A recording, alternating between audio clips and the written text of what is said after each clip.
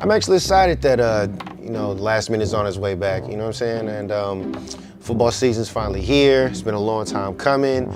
However, my co-host, Ed, I think he's taking it just a little bit too seriously. Just a little bit.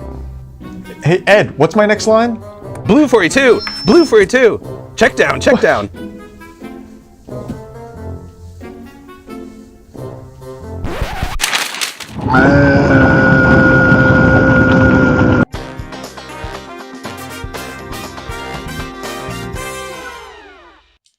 Good morning, SLA. It feels good to be back. Welcome to the 5 to 10 show. My name is Eric. And I'm Ed.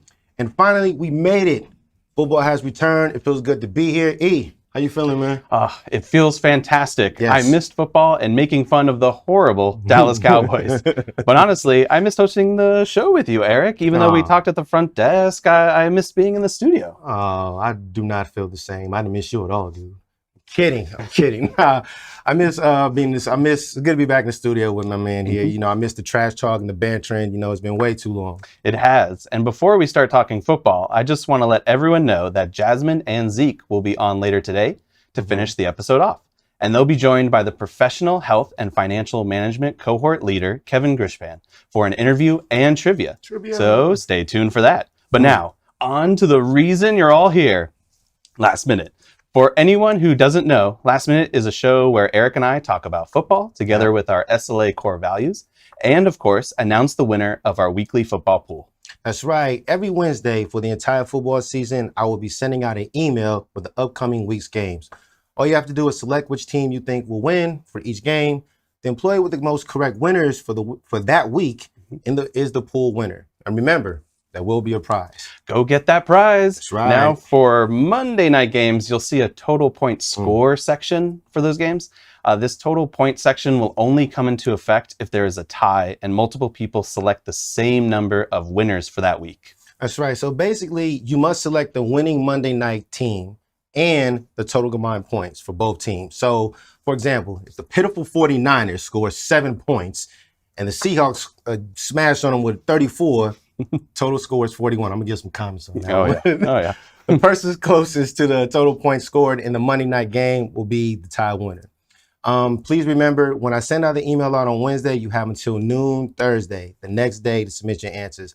I can't accept anything after that because there will be a Thursday night game being played. Oh, that's right, my naive New York Giants fan. There will always be at least 16 games to choose a winner for. But of course, with bye weeks later in the season, there might be fewer games some weeks. Yeah. Now, anyone can play, so you don't have to watch football. Yeah. Eric and I always talk about how some people will win and all they did was select a team because they liked the color of the jersey the team wore. Or the mascot. They choose their favorite mascot. You know who you are, too. But yes, everyone is welcome to play. Well, that's going to do it for the first episode of The Last Minute. I'm excited for the games, and I'm excited for watching my New York Giants here rock them 49ers, and we flying out to Vegas to give it to them Raiders. Yes, I said it. My Giants, we ready. We ready. Oh, sure. Daniel Jones will fumble his way out of the playoffs, that's for sure. Hater, dude. I don't want to hear anything about my boys, man. When your boy, what's his name, Kenny Pickett, he hasn't even done anything yet. You're talking about my Steel City Prince? Look, I'm even ready. It's Kenny Pickett. Oh my God, he's the light in the darkness, Eric. He is the songbird of a generation, the champion of the gridiron. Look at that. Look what he did. Look at this. He'll be holding the Lombardi Trophy at the end of the year. Tune in. But I'm not a naive fan, though. But let's go ahead and get out of here before Ed starts singing about this guy right here. So I want to thank everyone for tuning in, and I will see you all next week. Thank you, everyone. And remember, as long as the Dallas Cowboys lose, we all win. Now time for a quick video about SLA etiquette and then an interview with Jasmine and Kevin. So Kyle, please roll that clip. Hello, and welcome to the SLA School of Etiquette. I'm Barbara Tremblay, Senior Vice President of Operations and Events. While working at the SLA, we expect you to demonstrate the skills, behaviors, and core values that make us a world-class organization. During these SLA etiquette segments, we'll be looking at employee practices that we feel are important for the continued success of the SLA and the wellness of our employees. Let's begin with our SLA core values. They are collaborative, knowledgeable, and motivated. Let's take a closer look at how the SLA defines each term. Collaborative means having a good attitude and working well with your colleagues. This involves direct, respectful, and honest communication, and a willingness to consider the words and ideas of others. Knowledgeable means showing a willingness to learn and develop. Nobody expects you to know everything all at once. Instead, we expect everyone to be learning all the time. And finally, motivated means being enthusiastic and determined to meet your targets consistently. Complete your job duties as expected and achieve success every single day. Thank you for watching this introductory segment of the SLA School of Etiquette. We'll see you again soon. Thank you as always to Ed and Eric. So happy to have them and the last minute back. And joining me now is someone who always exemplifies our core values like Barbara said. It's known dog lover, philanthropist, basketball champion, and of course, leader of the financial management and professional health cohort, Kevin Gunchpan. Kevin, welcome back to the show. Thanks for having me, Jasmine. Of course, glad to have you. So Kevin, like I said, you're the leader of the financial management and professional health cohort. So what is the financial management and professional health cohort all about? Yeah, so it's just kind of a space for the individuals that participate, just to kind of talk about financial advice that we've kind of gone through, also kind of prepare ourselves for the world and all the different financial situations that people go through. We just kind of play a lot of different simulations, kind of talk about things, and just kind of, help each other out. Absolutely. So can you still join even if you don't know anything about financial management? Absolutely. Awesome. So what recent events has your cohort done? So we did a few. So the first one we did financial football, which was pretty fun. We've done a couple different simulations, one called Spent, which was basically just kind of taking you through real life financial situations, buying a house, paying for rent, etc. And then we've also done Financial Jeopardy. Oh, awesome. Yeah. It all sounds like good ways to kind of tie in personal interests with Absolutely. like a subject that can kind of be a little bit more intimidating like financial management, right? Right. So speaking of personal, what are ways that you personally practice financial management? So the biggest thing for me really is just checking my accounts, making sure that my money's still there. And essentially, I also like to create spreadsheets just to kind of track my expenses, budget myself for the month, and just to make sure that I have enough money for food, groceries, etc. And where'd you learn how to make these spreadsheets? Just took the time, sat down, Google, YouTube. Right. Pretty easy. Excel has a lot of ones that you can just download and kind of integrate your expenses. So sounds good. So for anyone who hasn't heard this term before, could you elaborate on what professional health means to you?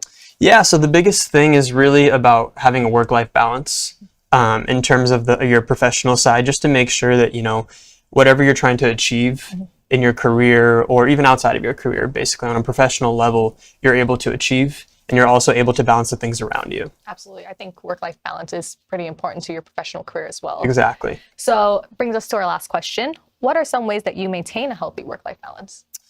Just being able to take breaks, not really pushing myself too much where I burn out. And then, of course, just interacting with other people, kind of hearing about what they have to say, their advice, and just going from there. Absolutely. Thank you so much for sharing. Yeah. Well, that's all the questions that I have for you today, Kevin. But don't go anywhere yet, because Zeke is going to have some questions for you and the rest of the SLA during some financial management trivia. Not to put you on the spot or anything, but you're kind of crucial to today's theme. No problem. Perfect. But before we switch it over, we're going to take a look at a very recent Learn It DA event. We encourage everyone at the SLA to look into taking a Learn It course that seems right for you and your career development. Hopefully, this piece Jamal put together will get you interested. Jamal, please take it away. Recently, our entire data analysis team, from our managers to our newest team members, attended a Learn It course, Build Productive Work Habits. The goal of this course was to help everyone build or improve their work habits to be more efficient. The course discussed the science behind behavior change, reflected on obstacles of changing habits, and helped us create plans to form new habits in and out of the workplace. We hope to have more Slayers taking courses like these in the future.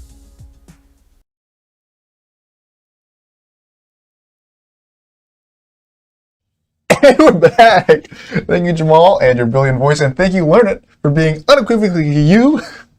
struggling with that word. And Kevin, thank you for being here. Thank you for having I me. appreciate you sticking around. Have you ever taken a learner class before? I have actually. Remember what it was? It was an Excel course. Really? Yeah. All right, nice. You forgot during a rehearsal, but that's important that you remembered now exactly what I thought. I think now is good enough time as ever to finally start our interactive portion of the day, trivia time. I'm ready. So you already know the drill. Pull up the unique QR code and enter the PIN 297436. Oh, Candace, I saw your name pop up first. Write that down. Shout out to Candace for being the first one to log in. Congratulations also for last week on our winner, who was, I'm blanking on their name. We'll get to that later. Kevin, do you participate in trivia? I do. Have you ever gotten first? No. Well, you know who did get first last week? It was Alina Detal. Congratulations again, Alina, for winning a $100 gift card to Cineopolis Luxury Cinemas in San Mateo. You know, I wonder what movie she's going to watch. Me too. Have you ever seen a movie before, Kevin? Once. Once. You remember what it was? I don't.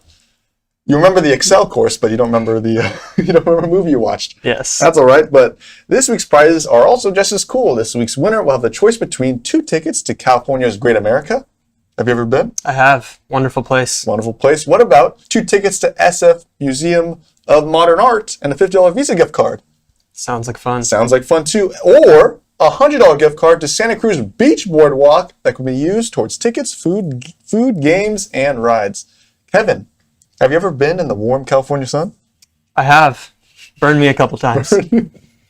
Well, they all sound like great prizes. Once again, courtesy of the SLA. But how many people we got logged in right here? Got 42 right now. I see Yusuf, Joanna, Karen, a lot of people.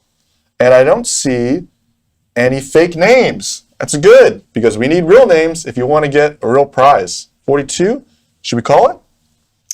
As in start? Yeah. All Let's right, do it. let's do it. All right. Financial manager trivia. Feel comfortable with this? I don't. You know, that's unfortunate because we really need your expertise here. All right, let's begin. Question number 1, what is a term for something that an individual owns with the expectation that it will be valuable in the future? Is it a liability, an asset, accounting, or operations? What do you think about that? Those are all good answers. You know what I was thinking about when I saw this question? What's missing from here? What is? Trading cards. I can see Always it. go up in value. I can see it. Pez dispensers. Yeah.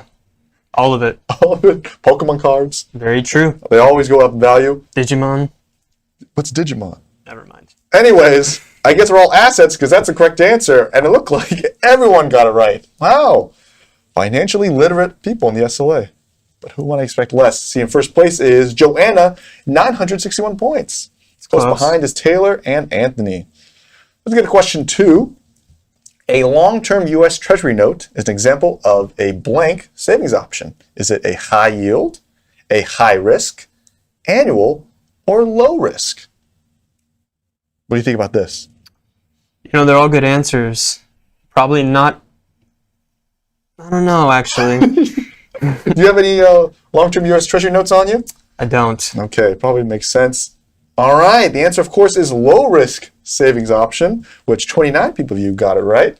Let's see who hopped in first. Anthony hopped in first, but it's a tie with Anthony and Hector. Wow, good work, Azam, up 19 places. That's crazy. That's crazy. Question number 3. What does IRA and Roth IRA stand for? Is it Immediate Relief Account? Is it International Retirement Account, Individual Retirement Account, or Interest Relief Account?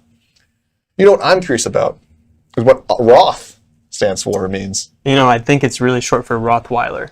The dog. Yes. So you're thinking Roth IRA means Rothweiler Individual Retirement Account. I could see it. You can see it. 38 people saw that IRA stands for Individual Retirement Account. Let's see the scoreboard. Hector, a little bit of ahead, a little bit now, growing some distance between Anthony. Dallas up in 3rd. Great work, Shirley, up 8 places. All right. Question number 4, come down the end. Credit scores typically have a range of 100 to 1,000, 300 to 800, 300 to 850, or 0 to 5. What do you look for? What do you look for in a good credit card, Kevin? You know, other than the size and the durability of the card, the interest rates. Aren't they typically all the same size, or am I mistaken? Mine have been, but you never know. You never know. Could be. We might be looking at the wrong card. That's fair. All right. Oh, we tossed some people with 300, 800, and 300, 850. It's 300, 850. Because I know you have an 850 credit score, right? I don't. I was really trying to help you out there for Be honest. any lenders out there watching. Let's see the scoreboard. Hector and Anthony keep getting it right. Hector is still holding on to his first place, though. Good job, Hector. All right. This is the last question. You ready? I'm not. Are you? Yeah, I am. I'm ready to press next. So let's just hop in there. You'll get ready. Typically, lenders prefer borrowers to have a debt-to-income ratio of less than what percent? 36%, 42%, 50%, or 60%? What do you think it is? It's a tough answer. I mean, they're all in the same. They're pretty close. Yep, they're all within 1 in 100. So Yeah. 60 seems like a lot. yeah, 60 seems pretty high. But the correct answer is 36%. That's what lenders typically are looking for. Well, let's see. The podium. This comes down to the wire. Financial management trivia. In third place, Shelly H. Nice. Second place, Alice. I was going to say Elise.